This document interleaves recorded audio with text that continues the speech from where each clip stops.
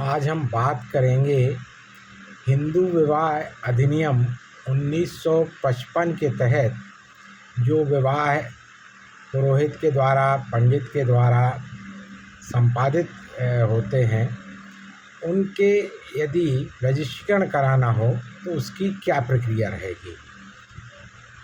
हिंदू विवाह अधिनियम के तहत जो भी विवाह होते हैं या जो सनातन हिंदू पद्धति के तहत परिवारों में विवाह होते हैं या मंदिर में विवाह होते हैं या आर्य समाज के द्वारा जो विवाह कराए जाते हैं या गायत्री शक्तिपीठ या विभिन्न धार्मिक संगठन जो विवाह कराए जाते हैं, जिनमें हिंदू विवाह अधिनियम या दो हिंदुओं के बीच में विवाह होता है, इनके पंजीयन की भी एक व्यवस्था है। यह पंजीयन जो विवाह का अनिवार्य रजिस्ट्रेशन नियम 2008 है, इसके एक अतिरिक्त रूप से ये पंजीयन है। इसका लाभ कहाँ होता है, यह मैं इस वीडियो में आगे आपको बताऊंगा। मध्य प्रदेश में हिंदू विवाह रजिस्ट्रेशन नियम 1984 में लागू हुए। इसके पहले हिंदू मैरिज एक्ट 1956 के नियम थे, जो कि अब लागू नहीं है, वो निरस्त हो चुके हैं। जो भी व्यक्ति इस एक्ट के तहत हिंदू विवाह का पंजीकरण रजिस्ट्रेशन कराना चाहता है, उसका एक आवेदन है, जो कि नियम 4 के तहत एक आवेदन जिले के कलेक्टर या यदि अपर कलेक्टर अधिकृत हैं विवाह रजिस्ट्रेशन के लिए, उनके कार्यालय में एक आवेदन प्रस्तुत करेगा। इस आवेदन में फ़ोटो लगेगा और लिखा जाएगा हिंदू विवाह रजिस्ट्रेशन के लिए आवेदन में मुख्य रूप से विवाह की तारीख, विवाह का स्थान, वर का पूरा नाम, उसके पिता का नाम, जन्म तारीख, आयु, सामान्य निवास स्थान, पता, वधू का नाम, वधू के पिता का पूरा नाम, जन्म तारीख, सामान्य निवास स्थान और जो विवाह के समय वर या वधू की क्या स्थिति थी, क्या वो अविवाहित हैं, विधवा है, तलाकशुदा है, विधुर हैं, जैसी भी स्थिति हो। और यदि वो पूर्व से विवाहित हैं, विधवा या विधुर हैं, तो तत्संबंधी प्रमाण पत्र होना चाहिए। यदि उनका पूर्व पति या पत्नी का निधन हो गया है तो उसका मृत्यु प्रमाण पत्र लगेगा। और यदि उनका तलाक हो गया है या कोई स्थिति है तो उसके न्यायालय की डिग्री या तलाकनामा की कापी उसमें लगेगी। विवाह किसके द्वारा कराया गया? पुरोहित के द्वारा कराया गया, तो उस पुरोहित का नाम, पुरोहित की भी आयु, उसका निवास स्थान और पता और उसके पुरोहित के हस्ताक्षर। इसके अलावा इसमें एक न्यूनतम फीस है, जो कि 100 रुपये चालान से एक निश्चित उसका चालान का प्राप्तियों का एक विवरण दिया है। उसके तहत आपको लोक सेवा केंद्र से या कियोस्क के माध्यम से आपको चालान के फीस जमा करके उसके चालान की कापी इसमें लगाना होगी।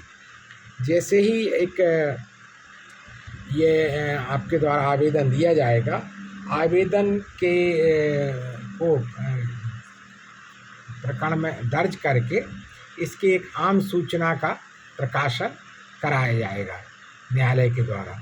ये आम सूचना के प्रकाशन के बाद यदि कोई आपत्ति नहीं आती है तो जो पुरोहित जो विवाह कराते हैं उनके एवं वर, वधू और इनके माता पिता के कथन लिए जाएंगे।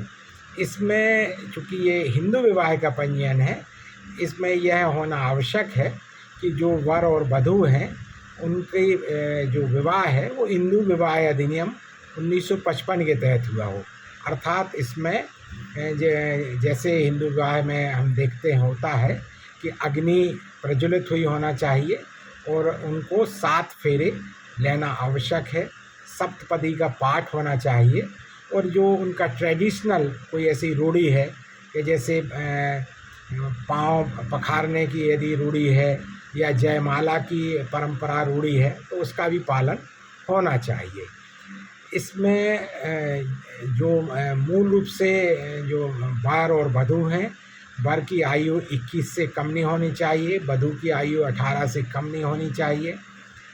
यदि इससे कम आयु का है तो वो विवाह अवैध होगा।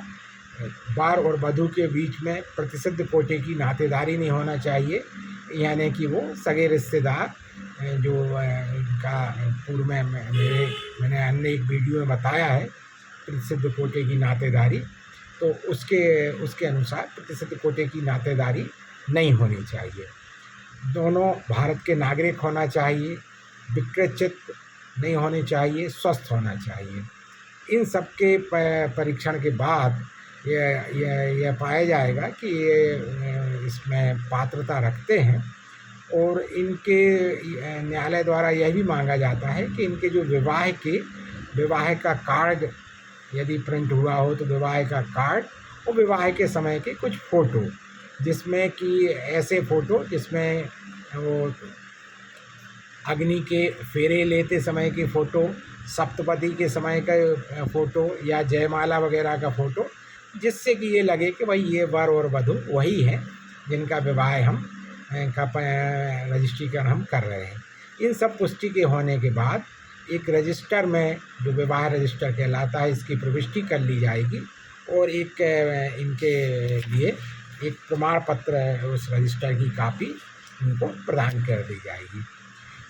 ये विवाह कराने से जो मुख्यतः लाभ होता है वो ये है कि यदि वर या वधू इनमें से कोई एक अनुसूचित जाति का है और दूसरा सामान्य जाति का है, यानी SC या ST नहीं है, तो इसको ये आदिम जाति विभाग, अनुसूचित जाति जनजाति विभाग के द्वारा एक विवाह प्रोत्साहन योजना चल रही है, जिसमें कि 2 लाख रुपए तक का इनको प्रोत्साहन राशि प्राप्त होती है। ये प्रोत्साहन राशि प्राप्त करने के लिए ये जो विवाह है वह वो हिंदू विवाह अधिनियम के तहत पंजीकृत या रजिस्ट्रीकृत होना आवश्यक है।